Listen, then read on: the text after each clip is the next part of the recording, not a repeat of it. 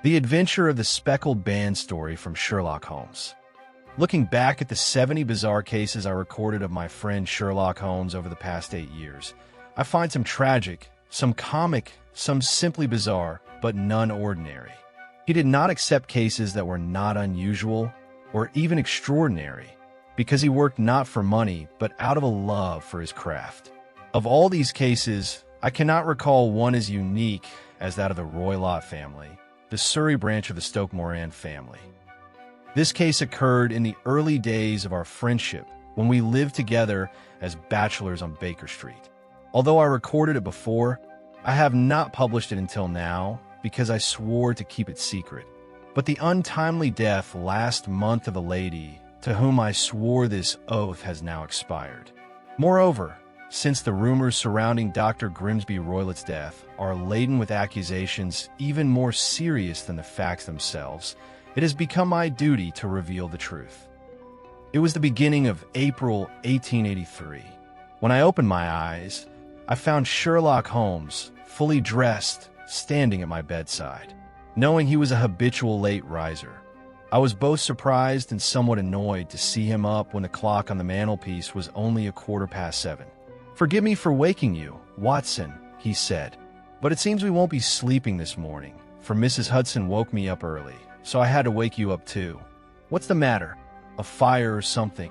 "No, a client. A young lady insists on seeing me. She's waiting in the drawing room. If a young lady is out and about in such a large city at this hour, waking people from their sweet sleep, I suppose what she has to say is important. I thought I'd come and tell you, as I imagine you'd want to follow this interesting case from the beginning. My friend, I can't miss this.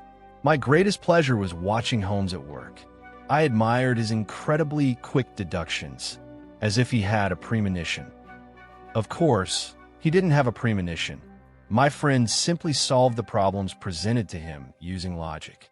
I quickly dressed and was ready in a couple of minutes. As we entered the drawing room, a lady in black, her face covered, who was sitting by the window, rose to her feet. "Good morning, madam," said Holmes with a smile. "My name is Sherlock Holmes. This is my friend and partner, Dr. Watson. You could tell him everything you would tell me. I see that Mrs. Hudson has thought to light the fireplace. Please come closer. I'll also get you a hot coffee, for I see you are shivering." As I moved to the other armchair, I whispered, "I'm not shivering from the cold." "Then why?" "Fear, Mr. Holmes. I am terrified." As she spoke, we lifted the veil from her face and realized the woman was in a pitiable state. She was pale with fear. Her eyes held the anxious gaze of a gazelle being pursued by a lion. She appeared to be around 30, but her hair was streaked with gray. She looked weary and disheveled. Sherlock Holmes scrutinized her with his usual quick and perceptive gaze. Leaning towards her and gently touching her arm, he tried to reassure her, saying, "There is no need to be afraid. I'm sure we can fix whatever the problem is. I understand you arrived in the city by train this morning. You seem to recognize me." "No, but your return ticket is visible in the palm of your left glove. You must have set off early. You must have traveled quite a distance on bumpy roads in a two-wheeled cart to reach the station." The woman suddenly recoiled and looked at Holmes with astonished eyes. "That wasn't hard to figure out, madam," he said, smiling. "There are at least 7 mud stains on the left sleeve of your jacket. The stains are fresh. There's no doubt that the vehicle that splashed so much mud was a two-wheeled vehicle. Since the stains are on the left side, you must have been sitting to the driver's left. I don't quite understand how you figured that out, but what you're saying is correct," the woman said.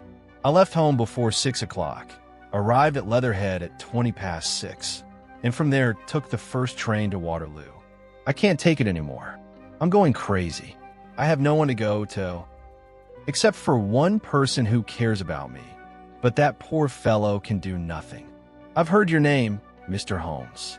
Madame Farintosh, whom you helped in her time of need, recommended you to me. I got your address from her. Sir, could you perhaps help me? Could you at least shed some light on the darkness that surrounds me? I'm not in a position to repay you at the moment, But in a month or 6 weeks, I will be married and have my own money. Then I will repay you handsomely." Holmes returned to his desk, unlocked the drawer, and took out a small notebook. "Farintosh. Yes, I remember that case," he said. "It was about a crystal crown. We hadn't met then, Watson. You can be sure, madam, that I will work with all my might to solve yours, just as I worked with your friend's case. As for remuneration, solving cases is a great reward for me, but you can pay for my expenses whenever you are available. Now, would you please tell me everything that might be useful in solving this case?" Our guest sighed and began to speak. "The terrible situation I find myself in now stems from my lack of clarity about why I am afraid, and from my suspicions based on trivial matters that seem insignificant to others. I have only one person around me from whom I can ask for help and advice, but she looks at everything I tell her with the anxious gaze of a nervous woman. She doesn't say it to my face, but I can tell from her attempts at comforting me and from her avoiding eye contact.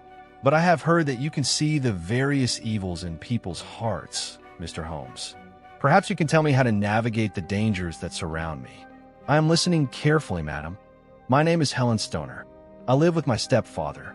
He is the only surviving member of the Roylott family of Stoke Moran, one of the oldest Saxon families." Holmes nodded, saying, "The name sounds familiar. This family was once among the richest in England. Their lands stretched from Berkshire in the north to Hampshire in the west. However, in the last century, the extravagant and dissolute lifestyles of 4 successive heirs, and ultimately the vice of gambling, eroded all the family's wealth. All that remained were a few acres of land and a 200-year-old house heavily mortgaged. While my stepfather's father stubbornly continued to live as a poor aristocrat on the family estate, his only son, my stepfather, understood that he had to adapt to the new circumstances and, borrowing money from a relative, studied medicine. Afterwards, he went to Calcutta and, thanks to his professional skills and strong character, became quite successful there. However, a burglary at home drove him to such a point that he beat his Indian housekeeper to death. Although he narrowly escaped the death penalty, he served a long prison sentence. After his release from prison, he returned to England as a man whose face never smiled and whose dreams were shattered. Dr. Roylott married my mother while he was in India. My mother was a widow with 2 children, having recently lost her first husband, Major General Stoner, commander of the Bengal Artillery. My twin sister Julia and I were 2 years old at the time. My mother had a considerable fortune, earning over £1,000 annually. While she was alive, she bequeathed her entire fortune to my stepfather, with the condition that a certain portion be allocated to us once my sister and I married. Shortly after returning to England, my mother died. We lost her 8 years earlier in a train accident near Crewe. After my mother's death, my father abandoned his plans to resume his medical practice in London and returned to his ancestral home in Stoke Moran. The money she left us was sufficient for all our needs, and there seemed to be nothing to stop us from being happy. But during that time, my stepfather underwent terrible changes. Instead of associating with the neighbors, who were extremely pleased that the heir to the Roylott family estate in Stoke Moran had returned, he preferred to shut himself away at home. When he rarely went out, he would get into heated arguments with the neighbors.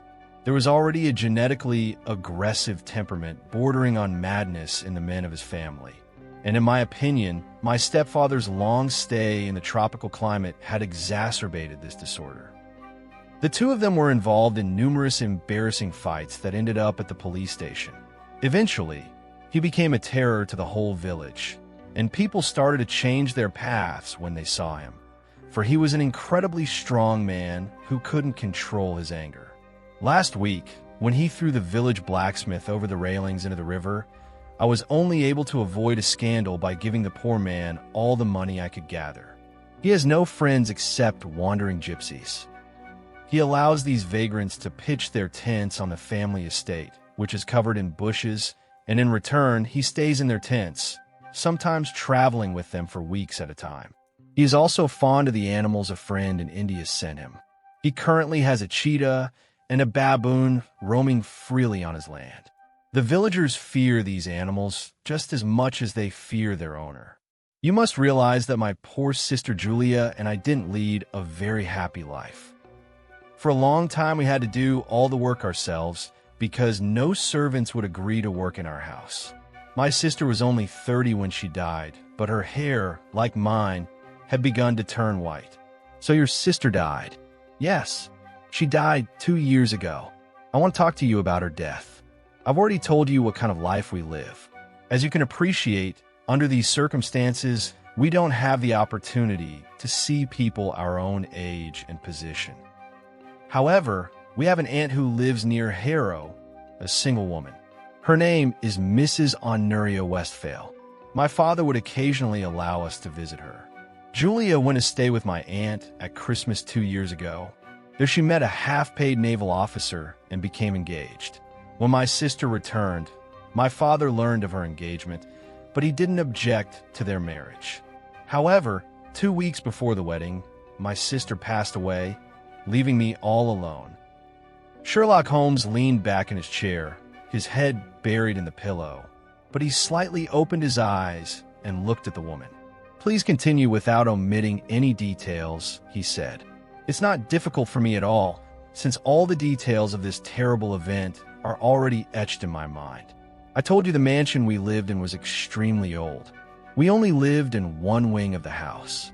The bedrooms in that wing were on the ground floor. Our living room was in the middle of the buildings. The three of us had bedrooms side by side. Dr. Roylott slept in the first, my sister in the second, and I in the third. There was no passage between the rooms, but they all opened onto the same corridor. Do you understand? Quite clear. The windows of all three of our bedrooms overlooked the pasture. That night, Dr. Roylott retired to his room early, but we knew he hadn't slept because my sister had been bothered by the smoke from the strong Indian cigar he habitually smoked. So she had come to my room. We sat and talked a little about his upcoming wedding. At 11 o'clock, he got up to go to his room, but just as he was about to leave, he turned around and asked me a question. "Tell me, Helen," he said, "have you ever heard a whistling sound in the middle of the night?" "No," I said. "You can't be whistling in your sleep, can you?" "Of course not." "Why did you ask?" "Because for the last few nights, I've been hearing a whistling sound around 3 in the morning. It's a very clear whistle, though low. I'm a light sleeper, so I always wake up, but I can't figure out where the whistle is coming from. Maybe from the next room, maybe from the meadow. I thought I'd ask you. Maybe you've heard it too." "No, I didn't hear any whistling. Maybe it's those awful gypsies." "Probably, but what I'm wondering is if the whistling sound is coming from outside, how is it that you don't hear it? I'm a heavier sleeper than you." "Whatever. It's not important," she said, smiling, and closed the door. A little later, I heard her lock her bedroom door. "So, do you always lock your rooms from the inside at night?" "Yes, we always lock them." "Why then?" "I think I told you the doctor has a cheetah and a baboon. We don't feel safe if we don't lock our doors." "I understand. Please continue." "That night, I couldn't sleep. I felt something bad was going to happen. As I said, we were twins, and there was a very strong bond between us. It was a terrible night. The wind howled, and the rain beat violently against the window. Amidst the roar of the storm, I suddenly heard a terrifying woman scream. I recognized my sister's voice immediately and jumped out of bed. Throwing a shawl over my shoulder, I ran into the hallway. The moment I opened my door, I heard a low whistle, just as my sister had described that night, and then a clanging sound like a large piece of metal falling. As I ran down the hallway, my sister's bedroom door was unlocked and slowly creaked open. I watched in horror, not knowing what would come out. Using the light from the hallway lamp, I realized it was my sister. Her face was ashen. She was fumbling around, trying to find her way, swaying back and forth as if drunk. I immediately wanted to run and hug her, but at that moment her legs gave way and she collapsed to the floor. She was writhing in pain. Her lips were trembling. At first, I thought she didn't recognize me, but when I bent down, she let out a terrible scream that I will never forget. "Oh, God." He managed to say the words, "Helen, cord, spotted cord." He wanted to say other things too, but couldn't. He could only raise his finger and point to the doctor's room. His body convulsed again, and his tongue was tied. I immediately ran and called out to my stepfather. He was already rushing out of his room in his dressing gown. When he reached my sister, the poor fellow was unconscious. The doctor poured cognac down my sister's throat and ran to the village to seek help. But it was in vain because my poor sister never regained consciousness and slowly died. That was the tragic end of my beloved sister. "One moment," said Holmes. "You said you heard a whistling sound and a metallic noise. Can you swear you heard it?" They asked me the same question during the investigation. I'm strongly convinced I heard it, but I may have heard something else amidst the roar of the storm and the creaking of an old house. "Was your sister dressed?" "No. He was wearing his nightgown. He had a burnt matchstick in his right hand and a matchbox in his left. So he heard something and lit a match to figure out what it was." That's an important point. How did the investigation conclude? A thorough investigation was conducted because Dr. Roylett's behavior was well known, but my sister's death could not be fully clarified. As can be understood from my statement, my sister's door was locked from the inside. The windows had old-fashioned iron shutters and were kept closed at night. The walls and floor were also carefully examined, but they were all intact. The chimney flue was wide enough for a person to fit through, but there were 4 thick iron bars at the entrance. This confirmed that my sister was alone at the time. There were no signs of physical assault on her body. What about poison? The doctors also investigated the possibility of poisoning, but found nothing. So, how do you think your sister died? I think he died of shock from fear, but I can't even imagine what could have frightened him so much. Are there always gypsies on your land? Yes, almost always. And what about that cord your sister mentioned? What did you understand by the spotted cord? Sometimes I think he was just delirious as he died. Sometimes I think he was referring to someone. Perhaps it was one of the gypsies on the land. You know, many gypsies wear spotted bandanas on their heads. Maybe that's what he meant by spotted cord. Holmes shook his head, unsatisfied. "These are deep matters," he said. "Please continue." 2 years have passed since my sister's death. I've been more alone than I've ever been. But last month, a friend I've known for years proposed to me. His name is Armitage, Percy Armitage. He's the second son of Mr. Armitage of Cranewater. My stepfather didn't object to the marriage, and we decided to get married before the end of spring. 2 days ago, repairs began in the west wing of the manor. Because the wall of my room was also breached, I had to move into the room where my sister died and sleep in his bed. What truly frightened me was what I heard last night while lying awake in bed. Imagine the terror I felt when, suddenly, in the silence, I heard that low-pitched whistle announcing my sister's death. I immediately jumped up and switched on the lamp, but there was nothing there. But I was so shaken that I couldn't go back to sleep. So I quickly got dressed, and as soon as it got light, went to the Crown Inn opposite the manor, took a carriage to Leatherhead, and from there took the train to you. I came here to ask for advice. "That's good," said my friend. "But are you sure you've told me everything?" "Of course." "No, Miss Roylott, you haven't told me. You're defending your stepfather. But what do you mean?" Instead of answering, Holmes pushed back the black lace frill covering the visitor's hand, which rested on her knee, revealing her wrist. The imprint of 5 fingers was visible on her wrist. "You've been treated extremely roughly," said Holmes. The woman blushed and covered her wrist. "My stepfather is a harsh man," she said. "Perhaps he doesn't realize how powerful he is." After these words, there was a long silence.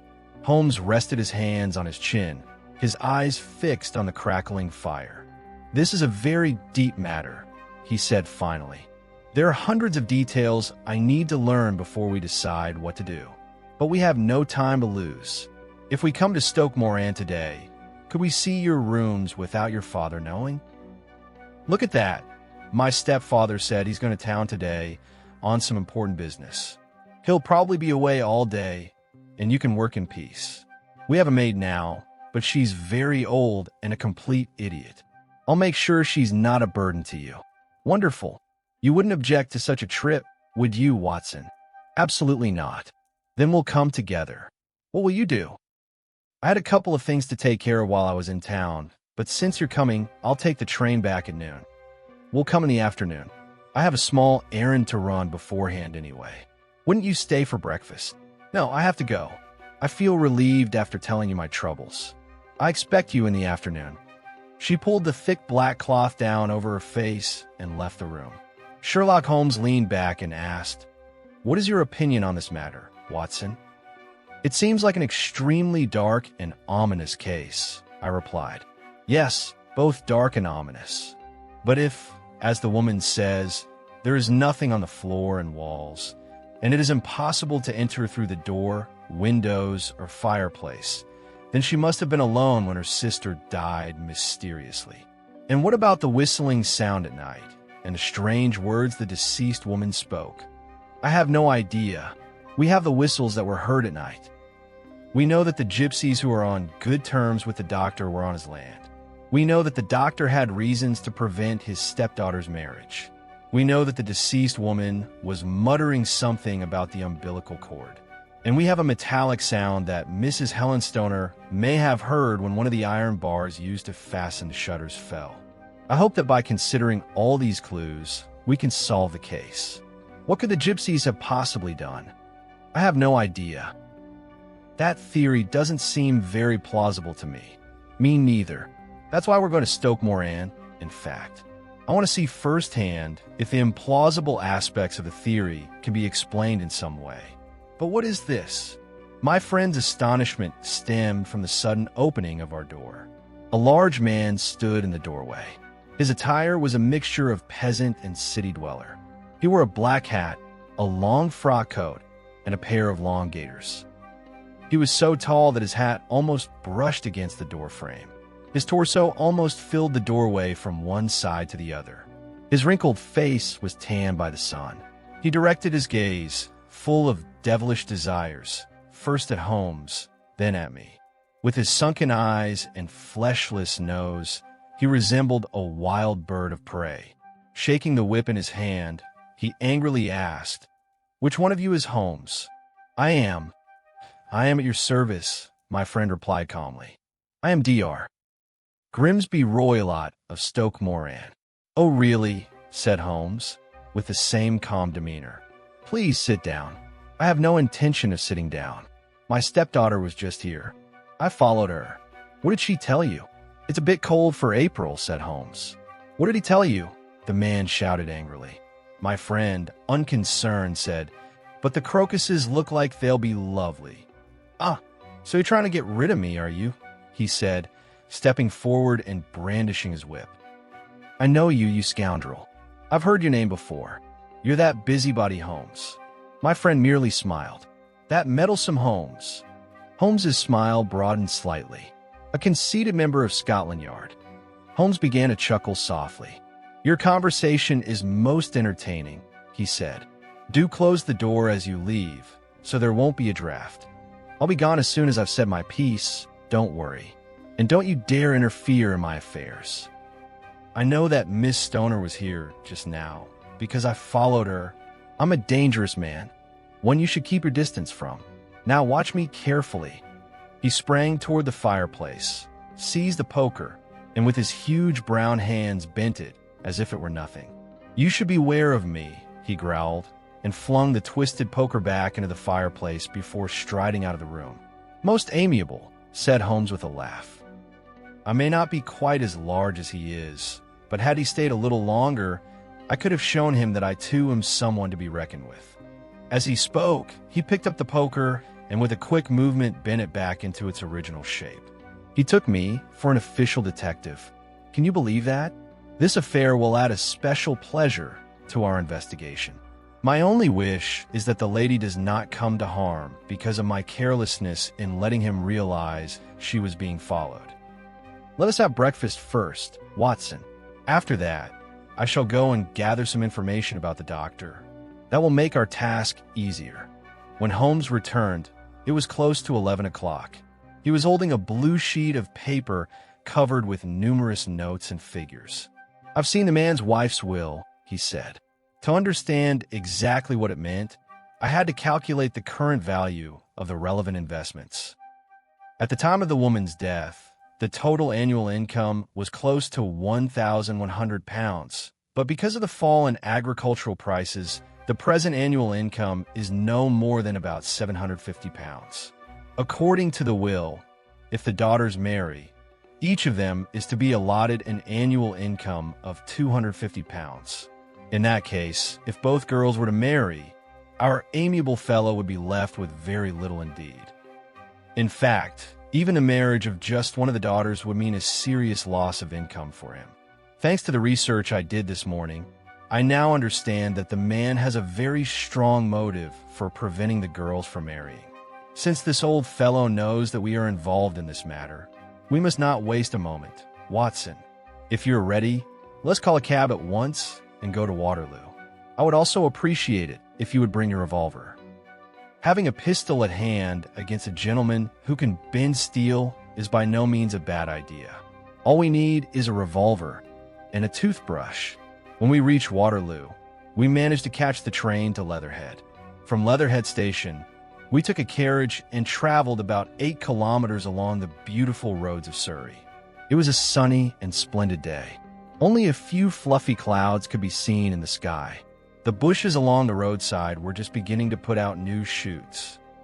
The air was filled with the pleasant scent of moist earth.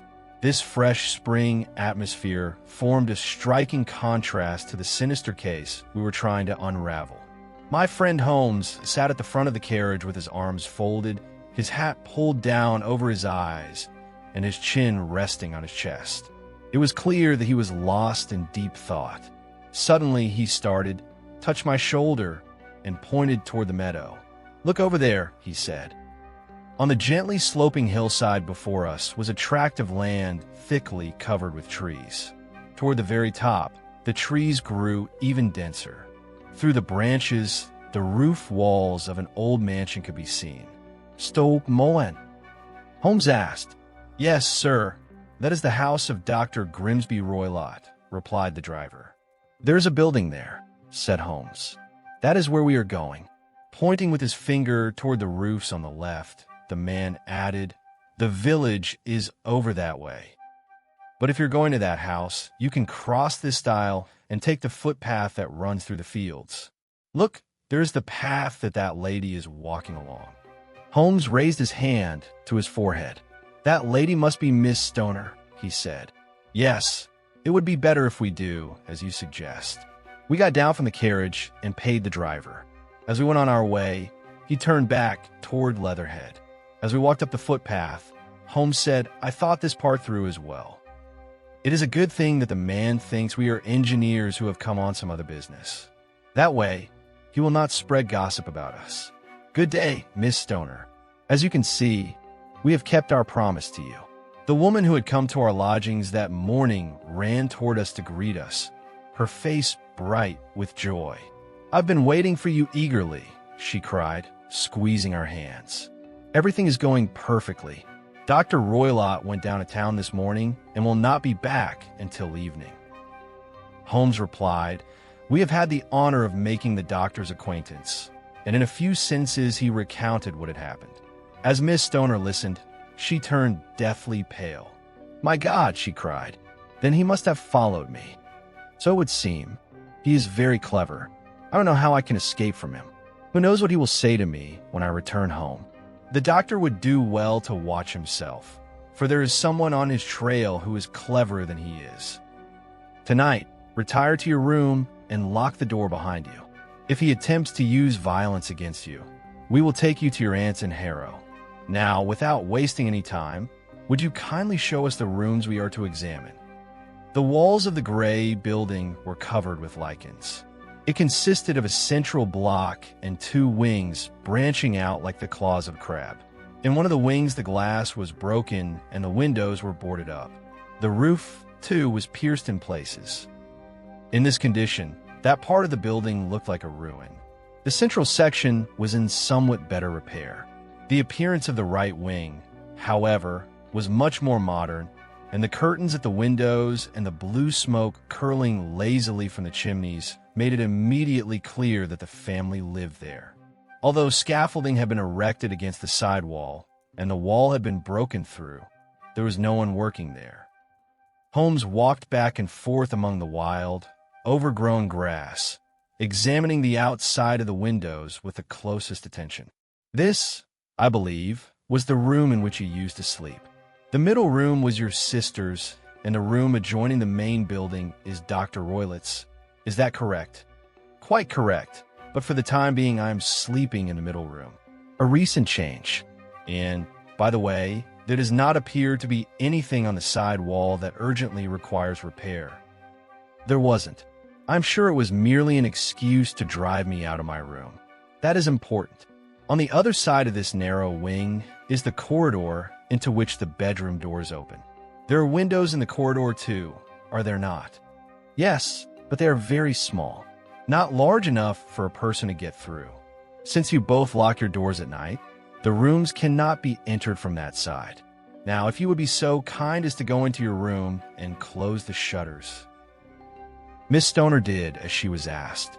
Holmes examined the window at length while it was open, but try as he might from the outside, he could not succeed in opening the shutter. There was not even space enough to insert the blade of a knife between the shutter and the wall. The shutter could not have been opened from outside.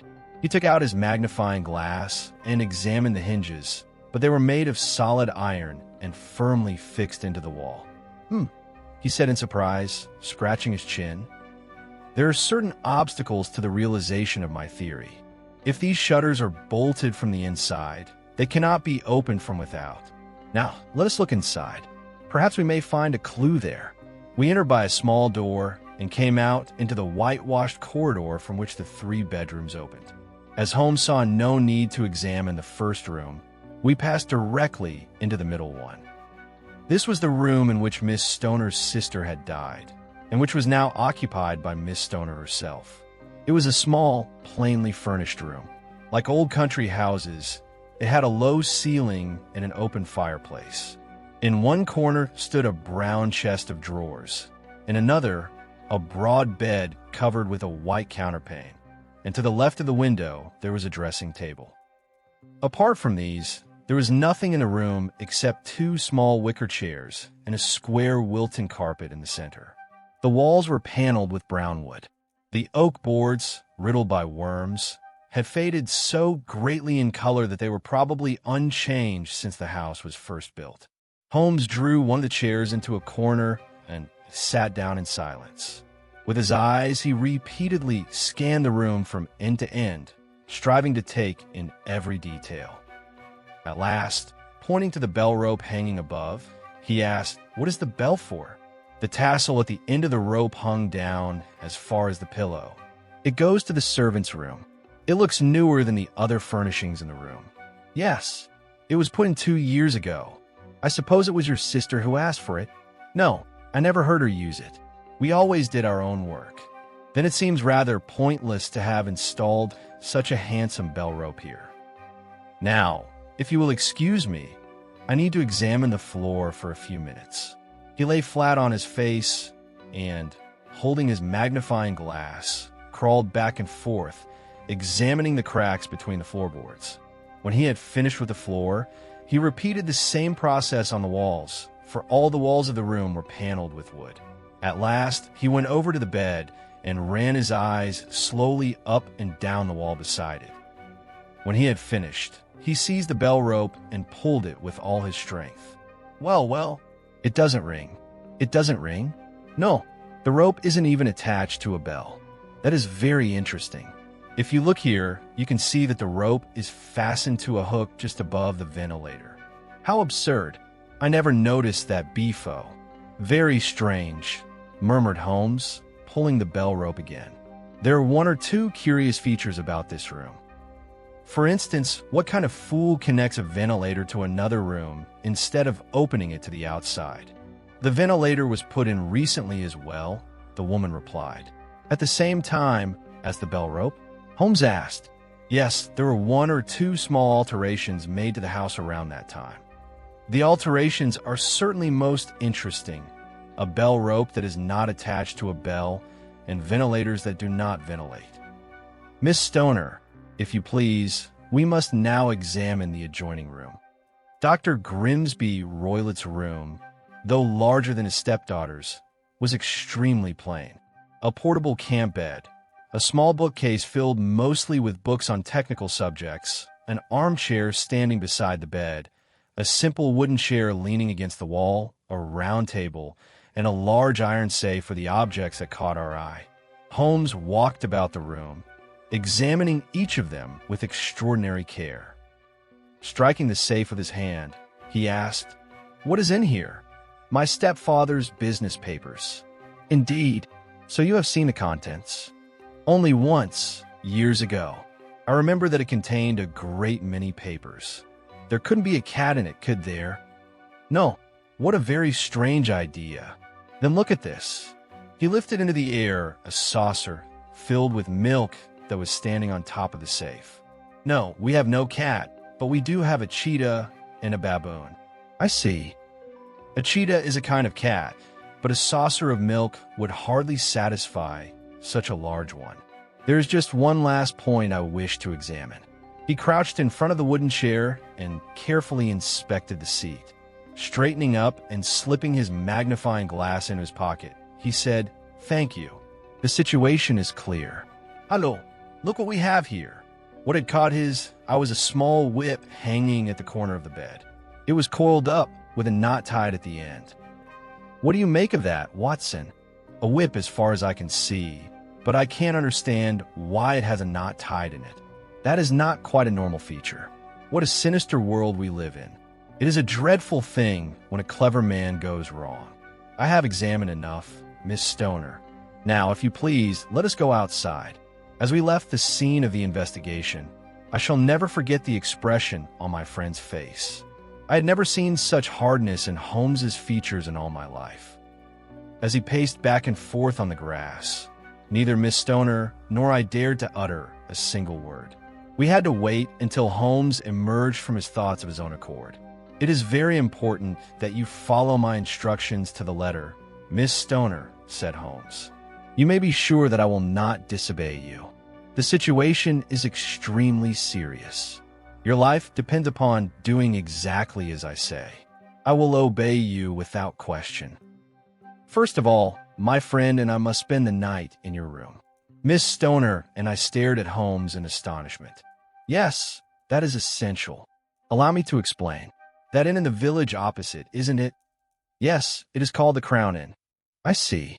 From there, your windows are visible, are they not?" "Of course. When your father returns home, retire to your room on the pretext of a headache. When you hear him withdraw to his room for the night, open the shutters of your window and place your lamp in the window as a signal to us. Then take whatever belongings you wish and move to your old room. Despite the repairs, I believe you can manage there for a single night." "Of course. That will be no problem. We shall take care of the rest." "And what will you do?" "We shall spend a night in your room and investigate the cause of the sound that has been troubling you." Placing her hand on my friend's wrist, Miss Stoner said, "I believe you have already formed your judgment about what has been happening, Mr. Holmes." "Perhaps. Please, will you tell me how my sister died?" "I would prefer to speak once I have obtained more definite proof. At least tell me whether my own suspicion is correct. Did my sister die as the result of a sudden fright?" "No, I do not think so at all. I believe there was a far more tangible cause. Now we must go, Miss Stoner. If Dr. Roylott were to see us here, all our efforts would be in vain. Farewell, and be brave. If you do as we have instructed, we shall avert this danger." It was not difficult for Sherlock Holmes and me to rent a 2-room suite at the Crown Inn. Being on the upper floor, we had a clear view of the entrance to the road and of the inhabited part of Stoke Moran Manor. As dusk fell, we saw the massive silhouette of Dr. Grimsby Roylott pass by the cabin. When the young driver struggled to open the heavy iron gate, We heard the doctor roar and saw him shake his fist angrily, threatening the youth. The carriage moved on, and a few minutes later we saw a light filtering through the trees from one of the windows of the manor. As we sat in the darkness, Holmes addressed me. "You know, Watson," he said, "I am undecided whether to take you with me tonight, for this is a very dangerous case. And would my coming be of any help to you?" "Very much so." "Then I'm certainly coming. Thank you very much. Since you speak of danger, you must have seen something in the rooms that I did not." "No, but I think I was able to draw more conclusions from what I saw." "I believe you saw everything that I did." "Nothing struck me as suspicious except the bell rope, though I must confess I could not understand why such a thing had been installed." "Did you notice the ventilator as well?" "Yes, but I did not find it particularly strange that there should be a small opening between the rooms. It was so narrow that only a rat could pass through." Before we even arrived at Stoke Moran, I had already deduced that there was ventilation between the rooms. "Come now, Holmes." "Yes, I truly had. You must remember that Miss Stoner said she could smell her stepfather's cigar smoke in her sister's room. That meant there had to be some connection between the rooms. Since it was not mentioned in the official reports, it had to be a small opening.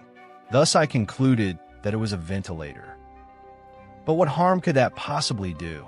At the very least, the timing is significant. A ventilator is installed, a rope is hung, and a woman sleeping in her bed dies. Don't you find that odd? I still cannot see the connection. Did anything strike you as strange about the bed?" "No, it was fixed to the floor." "Had you ever seen a bed fastened to the floor before?" "I can't say that I have." "She cannot move the bed." "Its position had to remain fixed in relation to the ventilator and the rope, or, to give it its proper name, the bell rope." "Holmes!" I cried. "I think I begin to understand what you are hinting at. We have arrived just in time to prevent a terrible crime, one planned with extraordinary cleverness. Yes, a cleverly planned and terrible crime. When a doctor goes wrong, he becomes the most formidable criminal in the world, for he is knowledgeable and cool-headed. Palmer and Richardson were the best in their fields, yet this man surpasses even them. Still, I believe we can deal with him, Watson. Nevertheless, dreadful things are sure to happen tonight. So while we still have time, let us smoke a pipe, steady our nerves, and think pleasant thoughts." At about 9 o'clock, the light shining through the trees disappeared. The manor was plunged into complete darkness. After 2 slow hours had passed, the clock struck 11, and suddenly a light flashed out.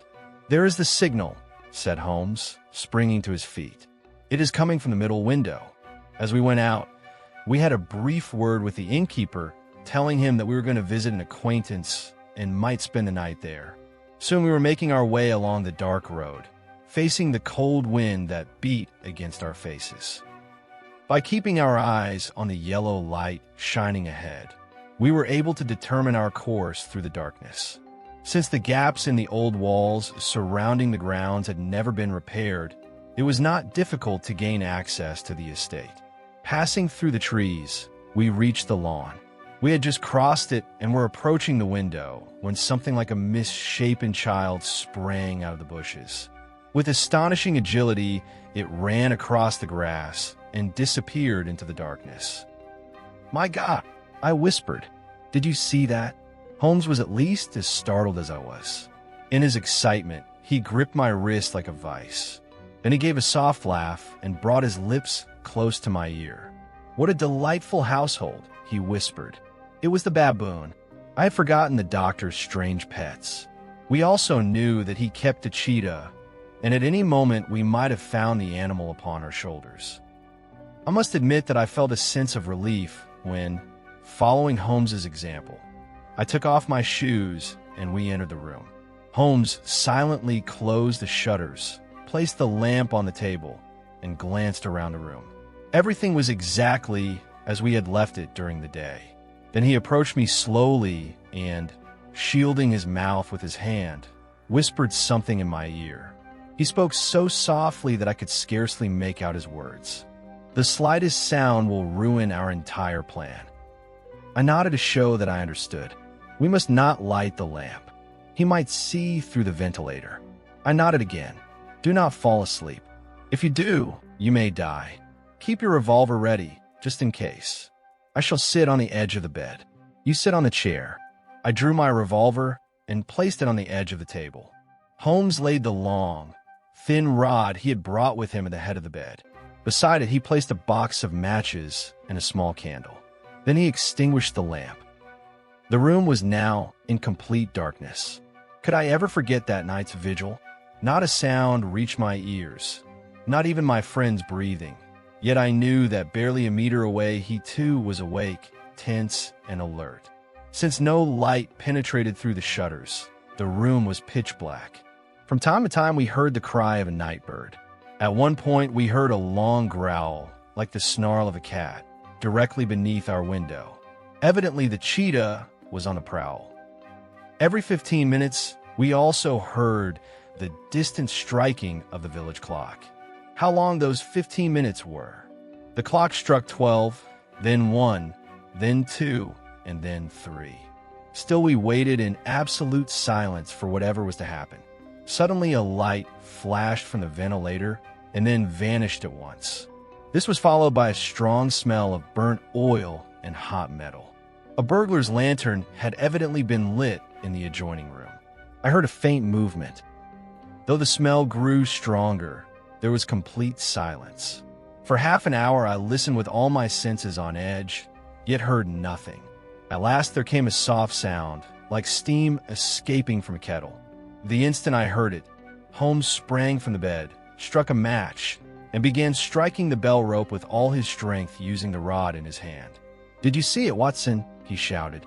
"Did you see it?" But I had seen nothing. The moment Holmes lit the light, I heard a low hissing sound, but my eyes were dazzled and I could not see what my friend was striking so furiously. I could, however, see that Holmes's face had turned deathly white and that his eyes shone with horror and disgust. When the most dreadful scream I have ever heard tore through the silence of the night, Sherlock Holmes stopped striking the bell rope and fixed his gaze on the ventilator.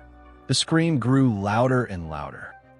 It was said afterward that this cry, filled with terror, rage, and agony, awoke the entire village, even the clergyman at the far end of it. Our hearts were filled with dread. Holmes and I stared at one another until the final echoes of the scream died away in the darkness. "What does this mean?" I asked, struggling to breathe. "It means that everything is over," replied Holmes. "Perhaps it is for the best. Take your revolver. We are going into Dr. Roylett's room." With a grave expression, he picked up the lamp and stepped out into the corridor. I followed close behind, revolver cocked. He knocked twice at the door, but there was no reply. He turned the handle and went in, and I followed immediately. A sight met our eyes, such as we had never encountered before. On the table stood a burglar's lantern, closed on all sides except for a small opening. Its beam fell upon an iron safe with the lid open. Beside the table sat Dr. Grimsby Roylott, wearing a gray dressing gown and Turkish slippers. The whip we had seen earlier lay across his lap. His chin was raised, and his gaze was fixed on the corner of the ceiling with an expression of terror. Coiled around his forehead was a yellow cord mottled with brown spots, wrapped tightly as though around his head. When we entered, the doctor neither spoke nor moved. "The cord, the speckled band," whispered Holmes. As I stepped forward, the strange headdress on the doctor's head began to move, and from among his hair there emerged the squat, diamond-shaped head and swollen neck of a loathsome snake. "It is a swamp adder," cried Holmes. "The deadliest snake in India. The man has been dead for 10 seconds. Poetic justice. The man has fallen into the pit he dug for another. Let's put the creature back where it belongs and take Miss Stoner to a place of safety. Then we shall call the police and explain everything." As he spoke, he carefully took the whip from the doctor's lap, slipped the loop over the reptile's neck, and lifted it from the man's head. Holding it as far from his body as possible, he dropped it into the iron safe and closed the lid. Thus ended the life of Dr. Grimsby Roylott of Stoke Moran. I have no intention of lengthening this already long narrative by describing how deeply these events distressed the poor Miss Stoner, already broken-hearted, how he sent her by the morning train to her aunt's in Harrow, or how slowly the official inquiry proceeded. In the official reports, the case was recorded as the death of the doctor from the bite of a dangerous animal with which he had been recklessly playing. What I did not know of the case Holmes explained to me the following day on our journey home. My first hypothesis in this case was entirely wrong, which once again proves how dangerous it is to draw conclusions without sufficient data. The presence of gypsies on the estate and Miss Stoner's account of her sister uttering the word band as she died were enough to mislead me. The poor woman must have mistaken the snake she glimpsed for an instant by the light of a match for a cord. However, once I realized that the cause of her death could not have entered through either the door or the window, I knew I had to reassess the situation. As I told you earlier, I turned my attention to the ventilator and to the bell rope hanging above the bed. I discovered that the rope was not attached to a bell and that the bed was fixed to the floor. In that case, the rope must have served as a bridge for something passing from the ventilator down to the bed. The idea of a snake immediately occurred to me. Knowing that the doctor kept other animals from India, I felt I was on the right track. The idea of using a poison that could not be detected by chemical tests was exactly the sort of scheme a cunning and ruthless man trained in the East would devise. The rapid action of the poison was also an advantage for him. Detecting the two small dark puncture marks left by the fangs would require extremely careful observation. I then considered the whistling sound. The doctor needed to recall the snake before daylight. To ensure it returned when summoned, he must have trained it with milk. At a time of his choosing, he sent the creature through the ventilator. He knew it would crawl down the rope and reach the bed. Whether it would bite the sleeping victim was uncertain. The woman might escape death night after night, but sooner or later it was bound to strike. I had reached these conclusions even before examining the doctor's room. When I inspected his chair closely, I saw that it had been repeatedly stood upon. He needed it to reach the ventilator. The iron safe, the saucer of milk, and the loop on the whip dispelled my last remaining doubts. The metallic clang Miss Stoner had heard was undoubtedly the sound of her stepfather gently closing the lid of the safe upon the dreadful creature. You know me. I form my conclusions first, and then take the steps necessary to prove them. The moment I heard the hissing sound, which I am sure you heard as well, I struck a light and attacked, thus forcing it back through the ventilator, and at the same time directing it toward its master in the other room. My rod struck the snake several times and enraged it, so it attacked the first person it saw. Though I am indirectly responsible for the doctor's death, I cannot say that my conscience troubles me greatly.